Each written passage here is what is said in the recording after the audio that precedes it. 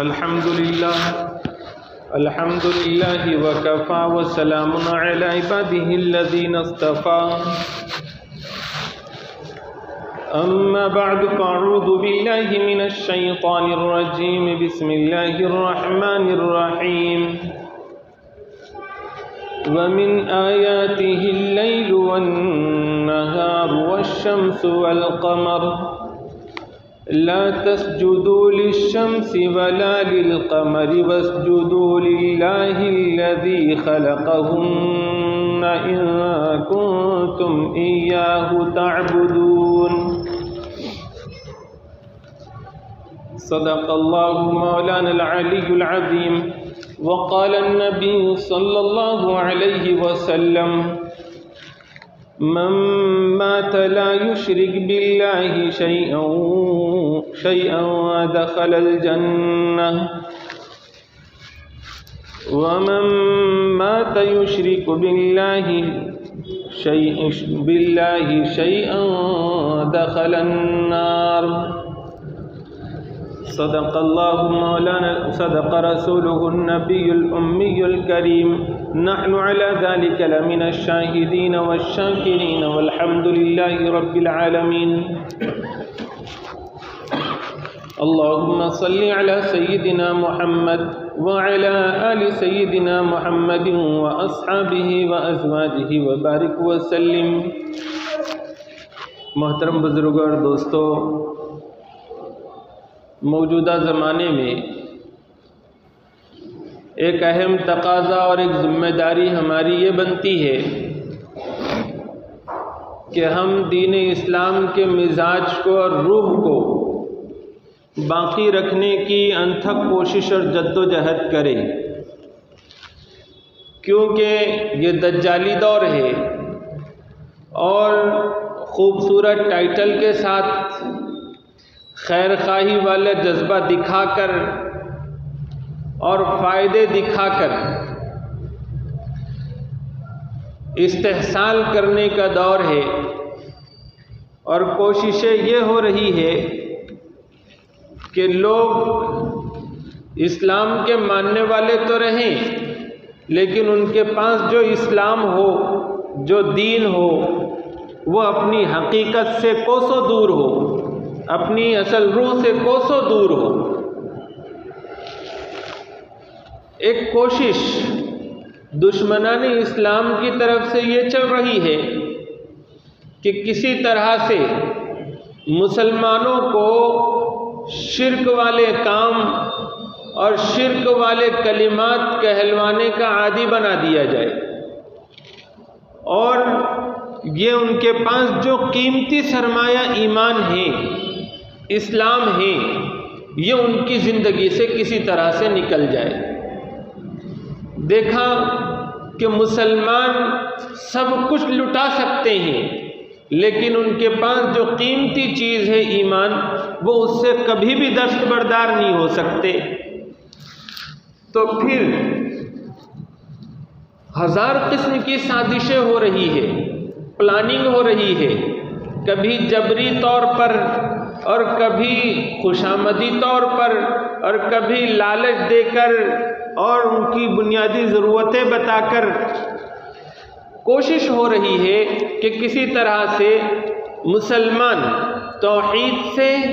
اور اللہ تعالیٰ کی وحدانیت سے اور دین اسلام کی حقیقت والی روح سے کسی طرح سے پھر جائے، پلٹ جائیں، اور پھر ان کی زندگی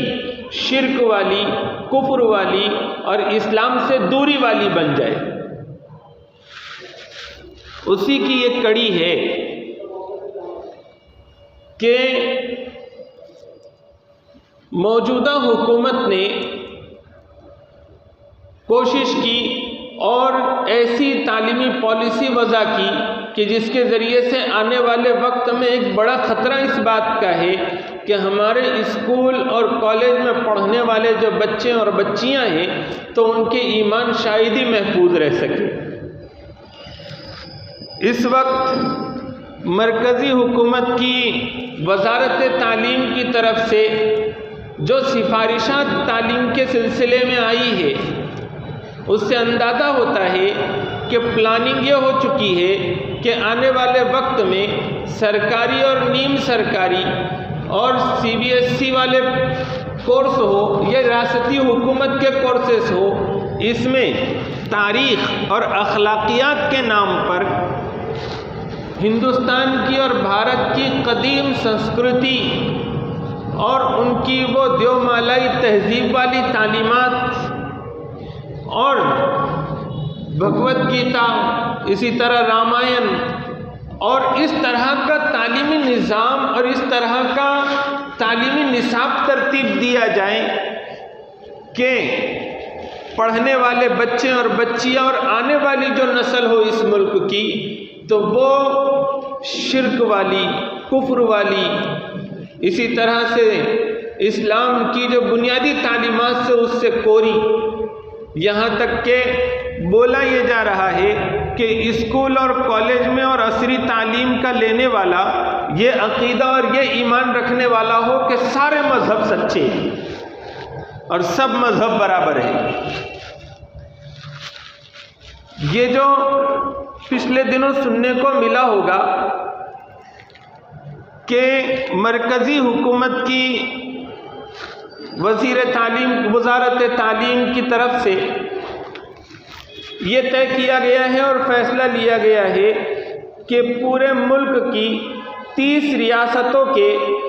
30,000 سے زیادہ اسکولوں میں 7 جنوری یعنی آج کی تاریخ سے تو 26 جنوری تک سوریہ نمسکار کا پروجیکٹ چلایا جائے، جس میں ان کو یوگا اور سوریہ نمسکار کی ترتیب، اس کے فوائد بچوں کو اور ان کے سرپرستوں کو بتایا جائے۔ 26 جنوری کو ایک خصوصی پروگرام سوریہ نمسکار کے عنوان سے رکھا جائے گا اور اس کے لیے انہوں نے بہت کچھ تیاریاں کر رکھی تھی۔ اب اسکول اور کالجوں میں یہ جو پروجیکٹ چلایا جائے گا تو یہ ایک کڑی ہے اور یہ ایک بڑی خطرناک سازش ہے۔ اسی وجہ سے آل انڈیا مسلم پرسنل لا بورڈ نے سختی کے ساتھ اس کی مخالفت بھی کی اور حکومت سے یہ مطالبہ بھی کیا کہ اپنے اس فیصلے کو وہ روک دے، لیکن ظاہر سی بات ہے کہ وہ کتنا اس پر عمل کرنے والے ہیں۔ مسلمانوں کی کیا ذمہ داری ہے؟ کیا ایک مسلمان جو یہ ایمان اور عقیدہ رکھتا ہو کہ اللہ کے سوا کسی کی عبادت نہیں کی جا سکتی، اللہ کے سامنے کسی کے سامنے نہیں جھکا جا سکتا، وہ ذات جو سب سے محبوب ذات ہے، جس کے لیے ہم اپنی جان، مال، آن، بان، شان سب کچھ قربان کر سکتے ہیں، سید الانبیاء احمد مجتبیٰ محمد مصطفیٰ صلی اللہ علیہ وسلم، ہم ان کی بھی عبادت نہیں کر سکتے، ہم ان کے سامنے بھی سجدہ نہیں کر سکتے، تو بتاؤ کیا پھر یہ سورج کے سامنے سوریہ نمسکار کے ذریعے سے کیا ہم اپنا ماتھا ٹیک سکتے ہیں، ہاتھ جوڑ سکتے ہیں، اس کی عبادت کر سکتے ہیں؟ اس کو لیبل جو دیے جا رہے ہیں، لیبل یہ دیا جا رہا ہے کہ یہ ملک کے ساتھ محبت ہے، اور اس ملک کی محبت کا تقاضا یہ ہے کہ جس دن جو یوگا ہے جس کو پوری دنیا لے رہی ہے اور پوری دنیا میں چونکہ اس مرکزی حکومت نے یونائٹڈ نیشن کے پاس سفارشیں کر کے یوگا کو منظوری دلوائی ہے اور 21 جون کو ہر سال یوگا ڈے منایا جاتا ہے دنیا بھر میں، تو اس ملک سے محبت کا تقاضا یہ ہے کہ یہ یوگا میں شریک ہویا جائے، اپنے بچوں کو یوگا سکھایا جائے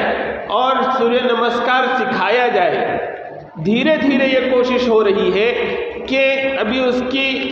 مشقیں بھی ان کی کر رہے ہیں کہ یہ ایک لازمی چیز بن جائے اسکول اور کالج میں، اور ہر بچہ اور بچی کمپلسری یہ کرے اور یہ لازمی حصہ ہو۔ محبت اپنے وطن سے ایک مسلمان کو سکھانے کی ضرورت نہیں ہے، اس مسلمان کی تاریخ اس ملک میں یہ رہی ہے کہ دوسری قوموں کے مقابلے میں ہمیشہ اس قوم نے اس ملک سے محبت کو دوسری قوموں سے زیادہ کر کے دکھایا ہے۔ محبت دکھانے کے لیے یہ کوئی ضروری چیز نہیں ہے کہ ہم شرک کرنے لگے، کفر کرنے لگے۔ ہمارا دین اسلام ایسا صاف ستھرا اور پاکیزہ مذہب ہے کہ جو شرک کو قطعاً پسند نہیں کرتا اور زمین میں فتنے فساد کو بھی پسند نہیں کرتا۔ ملک کی محبت، وطن کی محبت، اس سے کوئی اسلام منع نہیں کرتا۔ نام یہ دیا جا رہا ہے کہ اس میں ورزش ہے، صحت کی ضمانت ہے، صبح اور شام میں اگر مخصوص طریقے پر یوگا کیا جائے تو اس کے ذریعے سے وٹامن ڈی اور دوسری صحت بخش چیزیں اس کو حاصل ہوتی ہے اور اس کے ذریعے سے وہ ایک صحت مند انسان رہے گا۔ تو کیا اسلام صحت مند رہنے کو بھی منع کرتا ہے؟ یاد رکھو، اسلام تو داعی ہے کہ ہم اپنی جسمانی صحت کا خوب خیال رکھیں اور ایسے کھیل اور ایسی مشقیں جس کے ذریعے سے ایک انسان کی فٹنس باقی رہتی ہو، اسلام اس کی حوصلہ افزائی کرتا ہے، لیکن ساتھ ساتھ اسلام اس میں کچھ شرطیں اور قواعد بھی اس طرح کی رکھتا ہے کہ لوگوں کا ایمان خراب نہ ہو، ان کے اخلاق خراب نہ ہو، ان کی معاشرت خراب نہ ہو۔ تو خلاف شرع چیزیں جس گیم میں اور کھیل میں اور مشق میں آ جاتے ہیں، جیسے سطر کھل جاتا ہے، مرد اور عورت کا اختلاط ہوتا ہے، تو اسلام اس سے منع کر دیتا ہے۔ تو بتاؤ، جس صحت والی چیز کو پیش کیا جا رہا ہے اس میں اگر شرک کی آمیزش ہو تو ایک مسلمان اسے کیسے برداشت کر سکتا ہے؟ شرک سے بڑا بلا کون سا گناہ ہو سکتا ہے؟ اللہ تعالیٰ قیامت کے دن سارے گناہ معاف فرما سکتے ہیں، لیکن اللہ نے ضابطہ یہ بنایا ہے کہ من یشرک باللہ، جو شرک کرے گا تو اللہ تعالیٰ اس کو معاف نہیں فرمائیں گے۔ حدیث پاک میں حضور صلی اللہ علیہ وسلم نے سے پوچھا گیا کہ حضور صلی اللہ علیہ وسلم نے فرمایا کہ تم جانتے ہو ملموجبتان، کون سی دو چیزیں ایسی ہیں جو واجب کر دیتی ہے؟ بتایا گیا کہ اللہ اور اس کے رسول ہی بہتر جانتے ہیں۔ تو حضور صلی اللہ علیہ وسلم نے فرمایا من مات لا یشرک باللہ شیئا، کہ جو اس حال میں مرا کہ اس نے زندگی میں کبھی شرک نہیں کیا تھا اور وہ توحید کے ساتھ دنیا سے گیا ہے، تو اس کے لیے جنت واجب ہے۔ وَمَن مَّاتَ يُشْرِكْ بِاللَّهِ شَيْئًا، اور اگر کوئی اس حال میں مرا کہ اس نے اللہ کے ساتھ شرک کیا ہے تو پھر دخل النار، تو وہ جہنم میں جائے گا۔ قرآن کریم میں جگہ جگہ بتایا گیا کہ شرک کرنے والے، یہ کفر کرنے والے، یہ ہمیشہ ہمیشہ جہنم میں رہیں گے۔ شرک سے بڑا کوئی ظلم نہیں، اور یہ ایسا افطرا ہے کہ بہت بڑا گناہ ہے، فقد ضل ضلالا بعیدا، اور یہ بہت بڑی دور کی گمراہی ہے۔ یہ انسانیت کی عزت کو تار تار کرنے والی چیز ہے کہ ایک انسان ہی جس کو اللہ نے اشرف المخلوقات بنایا ہے، تو اسلام کی تعلیم یہ ہے کہ یہ اپنی عزت اور وقار کے ساتھ رہے۔ جو چیزیں انسان کے فائدے کے لیے بنائی گئی ہے اور جو انسان کی خدمت کے لیے رکھی گئی ہے، تو یہ کتنی گھٹیا اور کتنی اپنے آپ کو ذلیل کرنے والی چیز ہے کہ جو ہماری مخدوم ہے ہم اس کے سامنے اپنا ماتھا ٹیکیں۔ اسلام کی تعلیمات سارے انسانوں کو عزت دینے والی تعلیمات ہیں۔ اللہ تعالیٰ نے قرآن کریم میں چاند، سورج، زمین، آسمان، جو یہ ساری مخلوقات ہیں زمین اور آسمان کے بیچ میں، تو اس کو اپنی نشانیوں میں شمار کیا ہے، اس کے فوائد بتائے ہیں کہ یہ ساری انسانیت کی خدمت کے لیے اللہ تعالیٰ نے پیدا فرمائے ہیں۔ میں نے جو آیت کریمہ پڑھی اس میں اللہ تعالیٰ نے فرمایا وَمِنْ آيَاتِهِ اللَّيْلُ وَالنَّهَارُ وَالشَّمْسُ وَالْقَمَرُ، کہ یہ جو رات ہے اور یہ جو دن ہے اور یہ سورج ہے اور یہ چاند ہے، یہ اللہ کی نشانیوں میں سے ہے، اور یہ اللہ کی نشانیوں میں سے ہے۔ اللہ تعالیٰ نے فرمایا کہ لا تسجدوا للشمس والقمر، کہ تم سجدہ مت کرو سورج کو اور چاند کو، واسجدوا للہ الذی خلقہن، تم اس کو سجدہ کرو جس نے ان کو بنایا ہے. ان کنتم ایاہ تعبدون، اگر تم اسی کی عبادت کرتے ہو، تم لا الہ الا اللہ کہتے ہو، اشہد ان لا الہ الا اللہ کہتے ہو، تم ایک اللہ کی پرستش کا دم بھرتے ہو، تو پھر تمہارے لیے قطعاً اجازت نہیں ہے کہ تم کسی سورج کی، چاند کی یا کسی اللہ کی بنائی ہوئی مخلوق کی عبادت کرو. بتایا یہ جا رہا ہے کہ یہ ہندوستانی تہذیب ہے، کلچر ہے، لیکن یاد رکھو جو بھی آسمانی مذہب پہلے گزرا ہے، بعد میں چل کے لوگوں نے اس میں شرک کی آمیزش کی ہے. اصل تعلیم اللہ تعالیٰ کی طرف سے جو بھی جس مذہب میں آئی ہے شروع میں، وہ توحید والی تعلیم ہے، وہ شرک سے بیزاری والی تعلیم ہے. شرک سے بچنا، کفر سے بچنا انتہائی ضروری ہے. جتنے آسن یوگا کے بتائے جاتے ہیں، ان تمام کی جڑیں اور ان تمام کی بنیاد شرک پر جا کر ختم ہوتی ہے. جزوی ایک ایک چیز کو اگر لیا جائے گا اور پھر حکم لگایا جائے گا تو کوئی صحیح حکم نہیں ہوگا. اس کے مقصد کو دیکھو، اس کے اندر کی گہرائی کو دیکھو کہ کس طرح سے غیر محسوس طریقے پر یا جبری طور پر کوشش کی جا رہی ہے کہ سماج اور معاشرہ یہ یوگا کا عادی بن جائے، پھر یوگا کے جتنے آسن ہیں، جتنے طریقے ہیں، اس کو وہ معلوم کرنے لگے اور پھر اس کا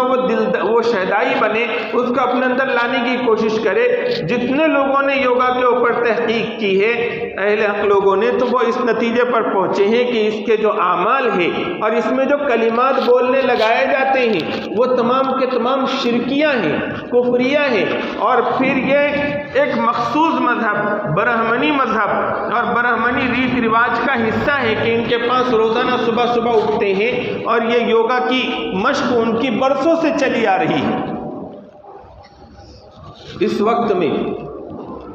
اس بات کا خصوصی اہتمام کرنے کی ضرورت ہے کہ جو حکومت کی طرف سے لازمی طور پر اس کو اسکول اور کالجوں میں یا مختلف پروگراموں کے ذریعے سے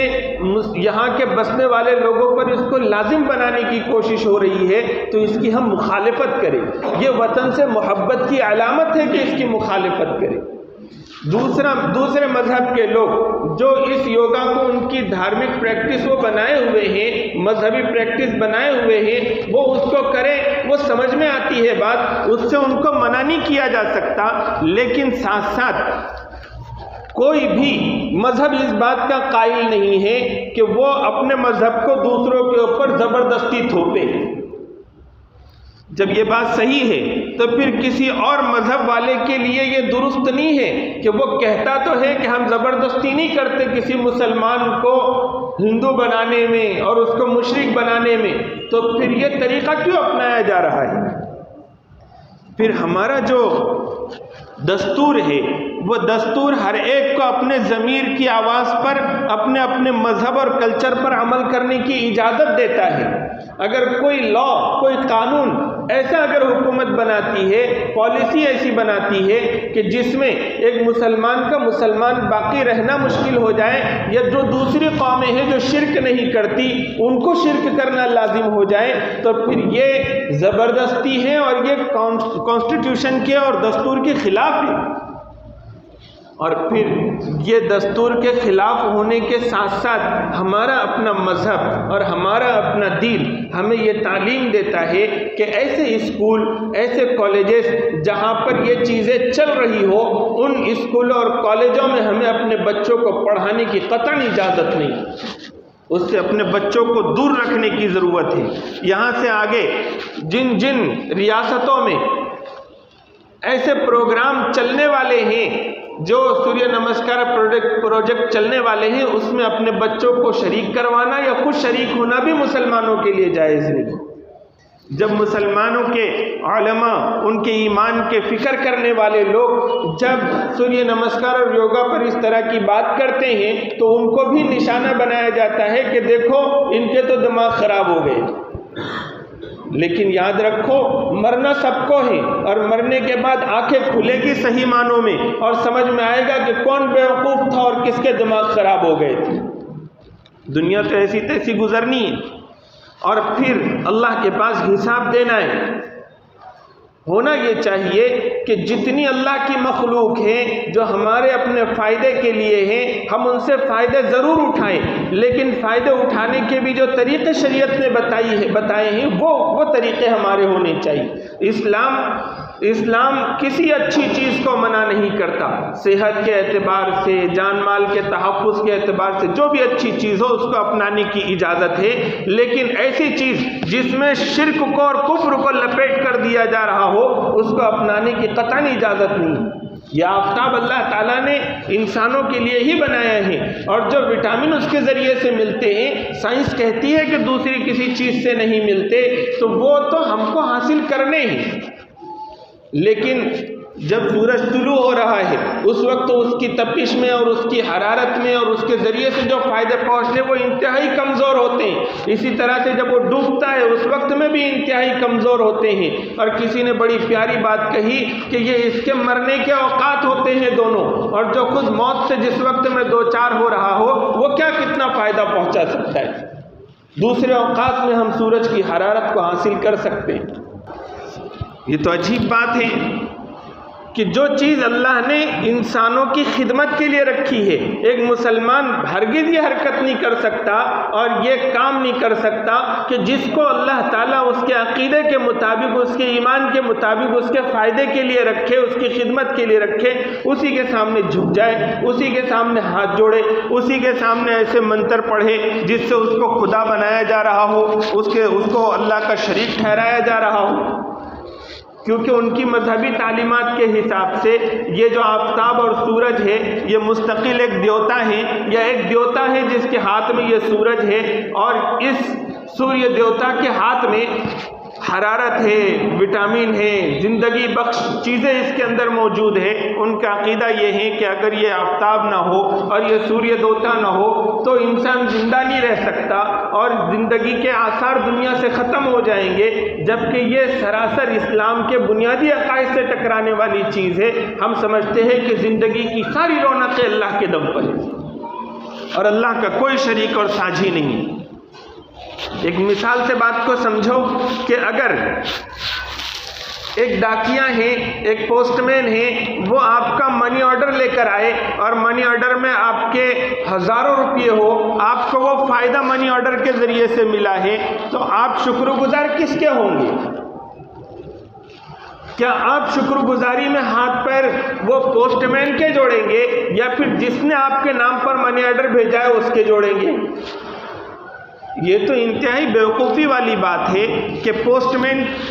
دکھائی دے رہا ہے ہم کو پیسے لاتے ہوئے، تو جس آدمی نے پیسے بھیجے ہیں منی آرڈر کے ذریعے سے تو اس کو تو بھول گئے اور اس کے سامنے ہی خوشامد کرنے لگے، اس کی آؤ بھگت کرنے لگے۔ ایسے آدمی کو دیوالیہ پن والا کہیں گے۔ تو اللہ تعالیٰ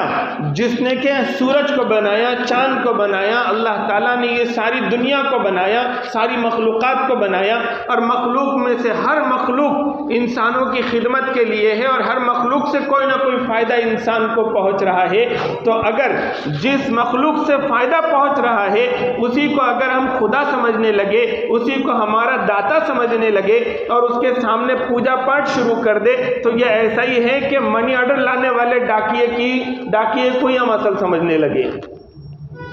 ان ساری مخلوقات کو جس نے پیدا کیا ہے، جس اللہ نے پیدا کیا ہے، ہم اس اللہ رب العزت کی عبادت کے، اس کی بندگی کے پابند ہے اور اس کے ساتھ میں کسی کو ہم شریک نہیں ٹھہرا سکتے۔ ایک مسلمان جس کا ایمان ہو اللہ پر، جس کا ایمان ہو رسول اللہ صلی اللہ علیہ وسلم کے آخری پیغمبر ہونے پر، جس کا ایمان ہو کہ قرآن کریم یہ آخری کتاب ہے، جس کا ایمان ہو کہ احادیث مبارکہ میں اللہ تعالیٰ نے ساری رہنمائی فرما دی ہے اور یہ شریعت، دین شریعت ہی نجات کے لیے، نجات کی ضامن ہے، تو پھر ایسا مسلمان کبھی بھی ایسا کام ہرگز نہیں کر سکتا جہاں پر اس کا یا اس کی آل اولاد کا ایمان داؤ پہ لگ سکتا ہو۔ ایسے پروگراموں سے، ایسے تعلیم سے اور ایسے کاموں سے جس کے ذریعے سے ذرہ بھر بھی اس کو شبہ ہو جائے کہ اس کے ذریعے سے ایمان کو خطرہ لاحق ہو سکتا ہو، تو اس سے وہ بچنے کی کوشش کرے گا۔ ایک ہی چیز سب سے اہم اور انمول چیز ہے، وہ ہے ایمان۔ اگر سب کچھ آدمی نے بگاڑ پیدا کر لیا اپنی زندگی میں، ہر طرح کا گناہ کر لیا، لیکن شرک نہیں کیا، کفر نہیں کیا اور دنیا سے گیا، ہو سکتا ہے کہ اللہ تعالیٰ، ہمارا ایمان ہے کہ ہو سکتا ہے اللہ تعالیٰ اس کے گناہوں کو معاف کر دے، یا ہو سکتا ہے کہ اللہ تعالیٰ اس کے گناہوں کو سزا دے، لیکن چونکہ اس نے کفر نہیں کیا، شرک نہیں کیا، ایمان کی دولت اس کے پاس ہے کسی نہ کسی درجے میں، تو اللہ تعالیٰ بالآخر اس کو جہنم سے نکالیں گے اور جنت میں ضرور داخل فرمائیں گے۔ اور اگر بہت بااخلاق ہے، بے حیائی اس کے اندر نہیں، بد کرداری اس کے اندر نہیں، دل ڈول صحت مند سب کچھ وہ ہے، اور اسلام کے بہت سارے اعمال، نماز، روزہ، زکوٰۃ، حج بھی وہ کرتا ہو، لیکن اگر اس نے شرک کیا ہوگا، اگر کفر کیا ہوگا، تو اس کی ساری نیکیاں اور سارے اچھے اعمال اللہ تعالیٰ کے پاس اکارت ہو جائیں گے، اور پھر وہ کبھی کسی وقت میں بھی جنت میں داخل نہیں ہو سکتا۔ تو کتنا سیریس معاملہ، کتنا اہم معاملہ ہے۔ اللہ تعالیٰ ہمیں سب کو صحیح سمجھ عطا فرمائے، اور جس پردے سے بھی اور جس راستے سے بھی اور جس سازشی ذہنوں کے ذریعے سے بھی اور طریقوں سے بھی شرک اور کفر ہمارے گھروں میں داخل کرنے کی کوشش ہو رہی ہے، اللہ تعالیٰ ان کوششوں کو ناکام فرمائے، اور اللہ تعالیٰ ان شرکیہ کفریہ چیزوں سے ہماری اور ہماری نسلوں کی حفاظت فرمائے۔ وآخر دعوانا الحمد للہ رب العالمین۔